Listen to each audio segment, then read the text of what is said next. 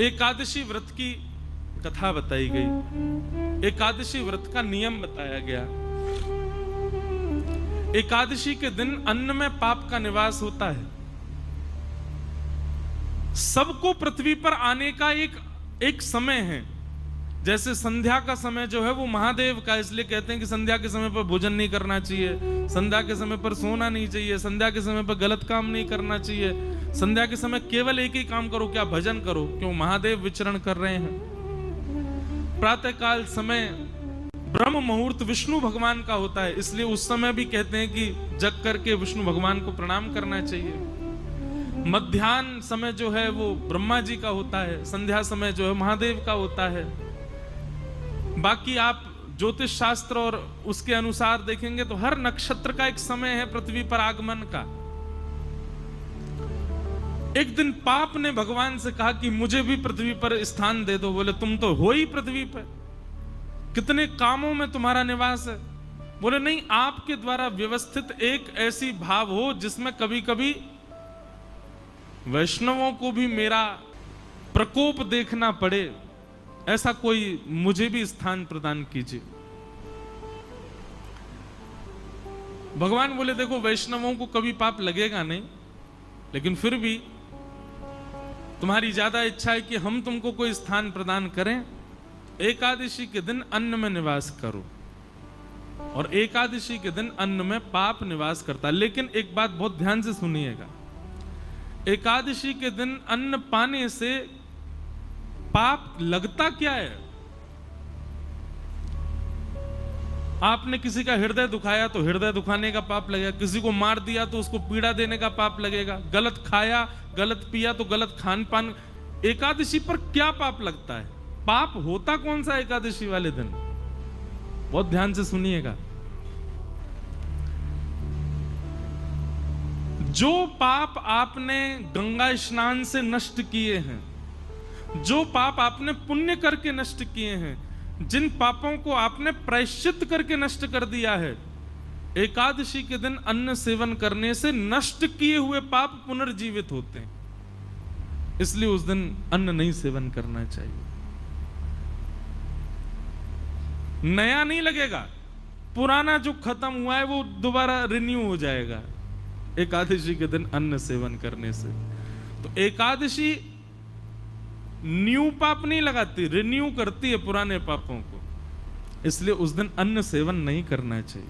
पर छोटे बालकों को, वृद्धों को, और विशेष रूप से जिनका स्वास्थ्य ठीक नहीं है उनको एकादशी व्रत पर एकादशी के दिन अन्न खाने की छूट होती है।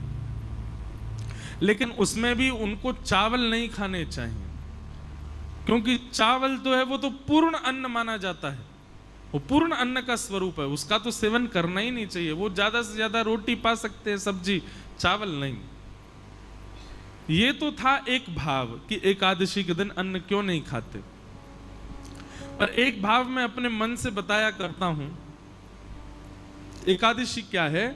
हम सब भक्तों की, हम सब वैष्णवों की करवा चौथ है। जैसे एक प्रियतमा अपने प्रियतम के दीर्घायु के लिए व्रत करती है। अब दीर्घायु है कि नहीं वो बात एक अलग है, पर एक बात निश्चित है कि हमने ऐसा देखा अपने घरों में भी, आप सब भी देखते हो कि करवा चौथ वाले दिन माताएं जब व्रत करती हैं तो उस दिन प्रियतम का प्रियतमा के प्रति, प्रियतमा का प्रियतम के प्रति कुछ क्षण ही सही प्रेम बढ़ता है, प्रेम उद्दीपन होता है। भाई आपके लिए कोई विशेष काम करे आपको अच्छा लगेगा ना। अब आपके लिए कोई व्रती कर रही बेचारी, सुबह से कुछ खाए पिए नहीं, तो मन में उसके प्रति प्रेम उत्पन्न होता है ना। ठीक वैसे ही हम वैष्णव जब अन्न सेवन नहीं करते, हम वैष्णव जब भूखे रहते हैं, हम वैष्णव जब केवल हरिनाम संकीर्तन करते हैं और बड़े प्रेम से, निष्ठा से, आनंद पूर्वक जब अन्न सेवन नहीं करते हैं, तो निश्चित है बाकी दिन आप ठाकुर जी को याद करते होंगे, पर एकादशी के दिन ठाकुर जी आपको याद करते हैं, आपका स्मरण करते हैं। इस भाव से एकादशी करनी चाहिए। ये एकादशी का भाव। दूसरी बात, भगवान को कुछ ना कुछ अर्पित करना चाहिए। बहुत ध्यान से सुनिएगा। हम लोग क्या अर्पित करते हैं? रुपया अर्पित करते हैं, धन अर्पित करते हैं, स्वर्ण अर्पित करते हैं, चांदी अर्पित करते हैं, कुछ भी अर्पित करते हैं। पर हमारे पास सबसे बहुमूल्य क्या है? हमारा जीवन, हमारी प्रत्येक श्वास, हमारा प्रत्येक क्षण, ये बहुत बहुमूल्य है। आज का दिन जो निकल गया, अब ये मेरे पूरे जीवन में कभी वापस नहीं आएगा। ये आज हो चुका, पूर्ण हो गया, बस अब ये दोबारा नहीं आएगा। ये पिछले बीते 5 दिन जो हमने कथा सुने, ये जीवन में कभी लौट करके नहीं आएंगे। ये हो चुके, इनकी स्मृति रहेगी जीवन भर। बस हमने पंढरपुर में कथा सुनी थी, पंढरपुर में कथा सुनाई थी। ऐसा बढ़िया मौसम था, ऐसे आनंद करते थे, सुबह ऐसा करते थे, शाम, बस ये स्मृति ही रहेगी आपके पास। ये दिन वापस कभी नहीं आएंगे। और एक बात बताऊं, आप लाख कोशिश करके दोबारा कर लो ऐसा, प्रधानी जी फिर सोच लें, फिर कथा हो, वही हो, वैसी हो, सारी A to Z आप एक जैसी व्यवस्था कर लो, तब भी इस बार जैसा सुख अगली बार नहीं होगा। ज्यादा हो सकता है, पर एज इट इज ऐसा आपको दोबारा नहीं मिलेगा। ये हमेशा के लिए एक स्मृति रहेगी। हर दिन जो हमारा गुजरा वो लौट करके नहीं आने वाला है। हर क्षण जो हमारा निकला, हर श्वास जो हमारी निकली, वो निकल चुकी है बस। पर एकादशी के दिन जब व्यक्ति निष्ठा पूर्वक, प्रेम पूर्वक, आनंद पूर्वक अपने दिन की शुरुआत करता है, उसकी हर क्षण, हर श्वास, पूरा दिन वो ठाकुर जी को अर्पित होता है। और सबसे बड़ी बात, आपकी आयु 2 चीजों से कम होती है। व्यक्ति की आयु 2 चीजों से कम होती है, बहुत बोलने से और बहुत खाने से आयु कम होती है। यदि व्यक्ति बहुत खाएगा तो जीवन में, हमारा जीवन निश्चित है, इतना अन्न ही मैं खा सकता हूं। अब उसको भले ही मैं 50 साल में खा करके खत्म कर दूं तो 51 साल देख नहीं पाऊंगा, 50 में ही मुझे जाना पड़ेगा। ठाकुर जी ने सबके लिए एक अन्न निश्चित करके रखा है, उतना ही खाना है हमको। लेकिन व्यक्ति जब एकादशी का व्रत करता है तो व्रत वाले दिन अन्न नहीं खाता, और अन्न ना खाने से उसकी जो 1 दिन की आयु है वो बच जाती है। लेकिन वो 1 दिन की आयु एकादशी करने से ऐसा नहीं आपको बाद में मिलेगी, वो 1 दिन की आयु ठाकुर जी के चरणों में अर्पित हो जाती है। व्यक्ति ने अपना 1 दिन प्रदान कर दिया ठाकुर जी को। नाथ, मेरी प्राण सबसे बहुमूल्य, मेरी आयु बहुत बहुमूल्य है, मैं अपनी आयु 1 दिन की ही कर, अब इससे ज्यादा तो क्या करूं, मां कलयुगी पापी जीव हूं मैं, पूरी तो दे ही नहीं पा रहा। कम से कम महीना में ये 2 बार की एकादशी की 2 दिन की आयु आपको प्रदान कर रहा हूं। ठाकुर जी को चाहिए नहीं, पर प्रियतम को प्रसन्न करने के लिए कुछ तो बहुमूल्य दें, तो हम अपनी आयु ठाकुर जी को अर्पित करते हैं कि नाथ ये आयु आपके। अच्छा, आयु ठाकुर जी को देते हैं मतलब अपना 1 दिन पूरा हम ठाकुर जी को दे चुके हैं। हमारे जीवन में 365 दिन है, हर दिन हम किसी ना किसी को दे रखे हैं। विशेष रूप से किसको दे रखा है? 2 लोगों को, एक तो लक्ष्मी को, दूसरा अन्न को। इन दोनों को हम हर दिन देते हैं, अन्न को भी हर दिन देते हैं, लक्ष्मी को भी हर दिन देते हैं। लेकिन ये एकादशी के दिन जब आप व्रत करते हो तो पूरा दिन ठाकुर जी को अर्पित हो जाता है, ठाकुर जी को दे दिया जाता है। एक प्रकार का महादान भी है एकादशी का व्रत करना। वैष्णवों के अंदर 3 निष्ठा होनी चाहिए। पहली नाम जप निष्ठा, दूसरी एकादशी निष्ठा, और तीसरी तुलसी माला पहनने की निष्ठा, तुलसी निष्ठा। अगर आप 3 निष्ठाओं में निष्पन्न हो तो आप वैष्णव हो। तो इस प्रकार से एकादशी व्रत का महात्म और महत्व बतलाया गया। व्यक्ति की सामर्थ्य हो तो उसको निश्चित ही एकादशी करनी चाहिए। और मैं बार बार एक ही बात कह रहा हूं, प्रसन्नता पूर्वक, गौरव करके और बहुत एक्साइटमेंट में एकादशी का व्रत किया करो। कहीं सुबह उठते ही महाराज पता चल गई नाश्ते में क्या बनाया, बोले आज तो बेटा नाश्ता में फल मिलेंगे, क्यों एकादशी, और आपको अरे आज एकादशी है, उसी समय तोड़ देना एकादशी। और तोड़ क्या देना, टूटी गई एकादशी। जैसे ही आपकी निष्ठा विफल हुई एकादशी टूट जाती है। लोग सोचते हैं नमक खाने से, जे खाने से एकादशी टूटती है, नहीं। आप जैसे ही अश्रद्धा रखते हैं, 1% भी अश्रद्धा होती है, उसी समय आपकी एकादशी टूट जाती है, आपका व्रत टूट जाता है। दूसरी बात, व्रत कब टूटता है, अब आप अन्न ना खाने को तो इतनी प्रायोरिटी दे रहे हो, नहीं नहीं नहीं अन्न नहीं खाना है, आज तो एकादशी जे, और वैसे बेचारे किसी का हृदय दुखा रहे हो, किसी को गालियों पे गालियां दिए जा रहे हो, किसी का हक मार रहे हो, किसी के साथ में बुरा कर रहे हो। क्षमा करो, ऐसी एकादशी बिल्कुल मत रखो। एकादशी को भी रहता होगा कि भाई ऐसे व्यक्ति के पास मैं रहूं क्यों जो इतना बुरा करे। मतलब एक दिन तो आप कम से कम, जैसे हॉलीडे होता है ना, छुट्टी होती है, एकादशी के दिन अपने अवगुणों को छुट्टी रखा करो। आज चाहे कोई कुछ कर ले, पत्नी कितना भी चल, मैं क्रोध ही नहीं करूंगा, बच्चे चाहे कुछ भी कर ले, आज क्रोध नहीं करना, आज क्रोध की छुट्टी है। पता चला पूरा परिवार इंतजार कर रहा है एकादशी कब आएगी, उस दिन क्रोध तो करेंगे नहीं। अच्छा देखो कितना अच्छा व्रत। मैं तो कहता हूं कथा में कि एकादशी पर केवल अन्न छोड़ने वाला नियम नहीं, 2-4 नियम और करो। जैसे पूरे दिन मुस्कुराहट रखो मुख पर, चाहे कुछ हो जाए आप प्रसन्न ही रहो। कितना अच्छा, ऐसी एकादशी करो। व्रत है, बोले काय बात करो, तो प्रसन्न रहने का व्रत है, आज प्रसन्न ही रहूंगा मैं। बच्चे बेचारे ऊधम मचा रहे हैं और आप मुस्कुरा करके देख रहे हो, उसने गिलास तोड़ दिया, आप खुश हो। द्वादशी आने दे बेटा, तुझे देखता हूं मैं, रुक जा, आज कर ले तेरा जो मन है, बहुत बढ़िया, आनंद करो। ऐसा नहीं, एक भाव है, प्रसन्न रहो। एकादशी का मतलब है अवकाश। तो अवकाश केवल अन्न को ही क्यों दिया जा रहा है, उन सब चीजों को दो जिससे आप संसार में एग्जिस्ट करते हो। और मैं तो भाई खुलेआम कहता हूं,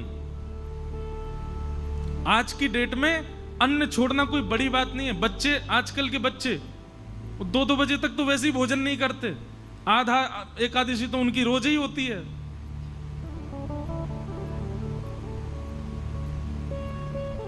भूखा रहना कोई बड़ी बात नहीं है आज की डेट में। एकादशी का मतलब, व्रत का मतलब अपने एडिक्शन का त्याग करो। जिस समय व्रतों का निर्माण किया गया उस समय मानव का एक ही एडिक्शन था, भोजन। उसको यही रहता था कैसे भी भोजन मिले। सुबह उठते ही बच्चे घूमते रहते थे मां के पीछे, क्या बोल, पराठे बनाओ, भोजन, भोजन कर, नाश्ता कर लिया, उसके बाद भोजन कराओ, उसके बाद रात्रि का भोजन ही एडिक्शन था। क्योंकि उस समय इलेक्ट्रॉनिक्स नहीं थे, उस समय फोन नहीं था, उस समय इंटरनेट नहीं था, तो उस समय व्यक्ति पे है ही क्या, बस भोजन का ही वो पूरे दिन योजना बनाता रहता था, सुबह कहां खाऊंगा, शाम को कहां खाऊंगा। इसलिए व्रत के नियमों में भोजन का त्याग रखा गया। पर अब स्वरूप बदल गया, अब भोजन की जरूरत नहीं व्यक्ति को, अब तो इसकी एकादशी करो। मैं तो नहीं करता, पर मैं अगर बदलाव करना चाहूं अपनी एकादशी में, तो मेरे को 2 नियम करने का बहुत मन होता है। वैसे तो बताना नहीं चाहिए, करूं तब बताऊं, लेकिन फिर भी बता देता हूं। किसी को मुझसे पहले लग रहा हो तो आज पंढरपुर में ही नियम लेके चले जाओ। एकादशी के दिन 2 नियम तो करो। पहला, मौन, बोलो मत। और ये आपके ऑफिस को, ये आपके फैक्ट्री के लोगों को, दुकान के लोगों को, परिवार के लोगों, सबको बता दो, भाई तुम मुझसे पूरे महीना बात करो, एकादशी के दिन मौन रहूंगा मैं। और दूसरा, एकादशी के दिन इसका प्रयोग मत करो, और करो तो केवल कॉलिंग उठाने के लिए उठाओगे तो करोगे क्या, बोल तो सकते नहीं हो। मौन रहो और इसका प्रयोग मत करो। इसको भी स्विच ऑफ रखो। सबको एक दिन पहले ही 10वीं को मैसेज डाल दो, कल एकादशी है, फोन बंद रहेगा मेरा। महाराज तब असली एकादशी मानी जाएगी आपकी। और फिर करना क्या, पूरे दिन केवल हरि स्मरण। सुबह जगन्नाथ जी के स्मरण से प्रारंभ करो, मध्याह्न द्वारिका जी का स्मरण करके, दोपहर में व्रजमंडल का स्मरण करो, सब कथाएं आदि श्रवण करते हुए रात्रि में पंडरीनाथ भगवान का स्मरण करके फिर अपनी एकादशी को विश्राम दो। ये है मूल एकादशी, ये है वास्तविक एकादशी। एकादशी को लोगों ने आजकल फैशन के रूप में एकादशी कर रहे हैं, उसका भी एक रूप बना लिया है, उसको भी एक एंजॉयमेंट। ठीक है, एंजॉय तो करना है, पर भगवत स्मृति के साथ में करना है। और आज की डेट में क्षमा कीजिएगा, भगवत स्मृति में सबसे बड़ी बाधा है ये, सबसे बड़ी बाधा। अब प्रयोग करने के ऊपर है, आप किस रूप से उसका प्रयोग करते हो। तो एकादशी व्रत करो, और व्रत किसका करो, अपने एडिक्शन का व्रत करो, अपने बुरी भावनाओं का व्रत करो, अपनी बुरी आदतों का व्रत करो, उन सब बातों का व्रत करो जिनके बिना आप रह ही नहीं पाते हो, उनका व्रत एकादशी के दिन हो, तब आपकी मूल एकादशी।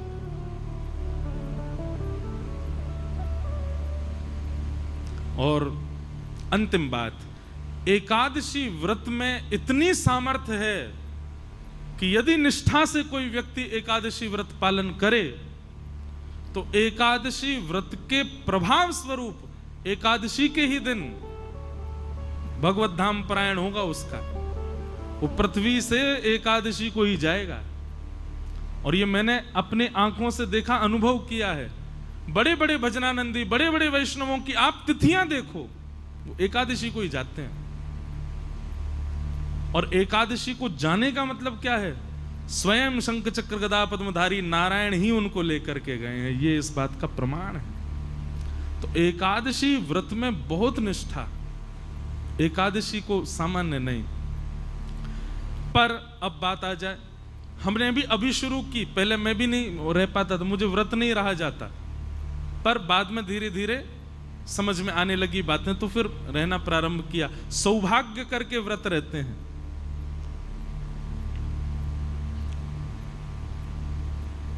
लेकिन अब कई जगह एकादशी निषेध है, जैसे जगन्नाथपुरी में वहां एकादशी नहीं होती, जैसे हमारे श्री वृंदावन के राधा वल्लभ जी मंदिर में वहां एकादशी का भाव नहीं, जैसे वृंदावन के बिहारी जी में, वृंदावन बिहारी लाल जी में भी एकादशी नहीं होती।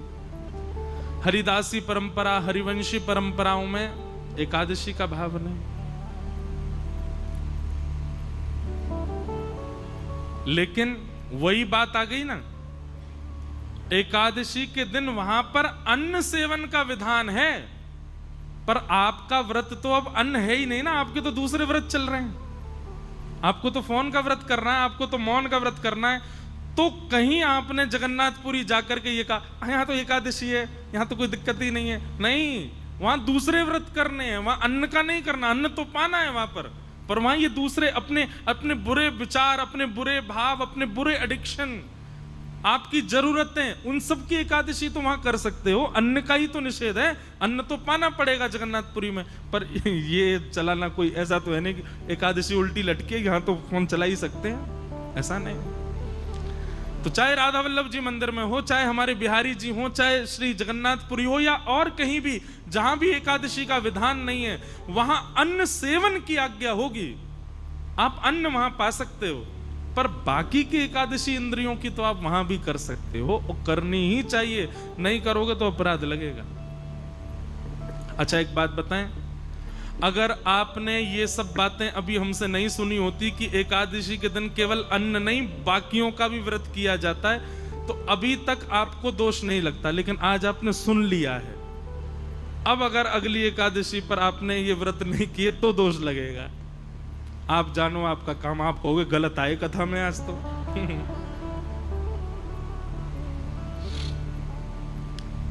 अब सुन लिया है ना आपने, अब तो आपको पालन करना पड़ेगा। फोन ही नहीं, चलो आप कहो कि ऐसा हमारा काम है कि बिना फोन के तो एक दिन नहीं चलेगा। वैसे तो व्रत ऐसा ही होना चाहिए जिससे एक दिन चले ही नहीं पाए उसी का व्रत करो, वही तो व्रत है फिर। लेकिन फिर भी कुछ न कुछ नियम ऐसे बनाओ। केवल जीव की क्यों होती है एकादशी? ये 10 इंद्रियां हैं, 10 में से चुनिए और हर एक की एकादशी करवाओ। आंखों की भी, कानों की भी, जीव की भी, त्वचा की भी, हाथ की भी, पैर की भी, अपनी गुप्त इंद्रियों की भी एकादशी करो। एकादशी ठाकुर जी उस दिन आंख खोल करके देखते हैं ठाकुर जी कौन कौन मुझे याद कर रहा है। इसलिए एकादशी व्रत करो, कंठी माला पहनो, तुलसी व्रत करो और नाम जप करो। ये 3 व्रत धारण करो। इस प्रकार एकादशी व्रत की बात बताई गई।